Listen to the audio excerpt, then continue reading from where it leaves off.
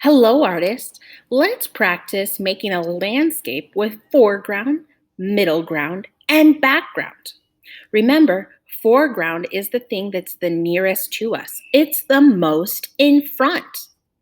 Background is the thing furthest away, and middle ground, well, it's in the middle.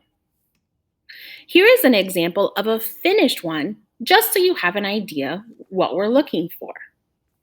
The paper will be folded and you'll be able to see the different parts of your work.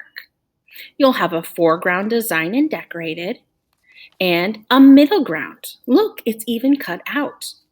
And then you'll also have a background designed and decorated.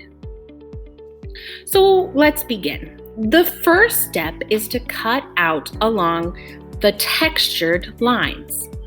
I'm going to trace over them with orange just so you know which ones I'm talking about. Then carefully cut along only those lines with your scissors.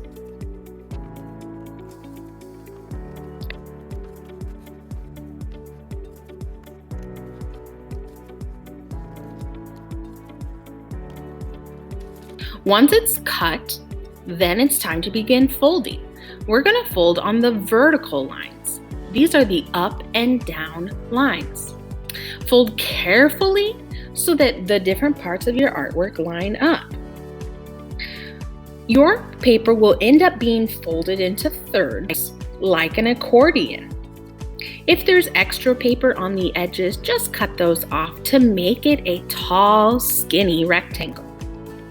And be careful not to draw until it's cut and folded, because in some places you're actually going to be drawing on what is the back of the paper when it's laying flat, but because we're folding it, it becomes the middle of the paper. Begin your designs with pencil. That way you can erase if you need to change your mind.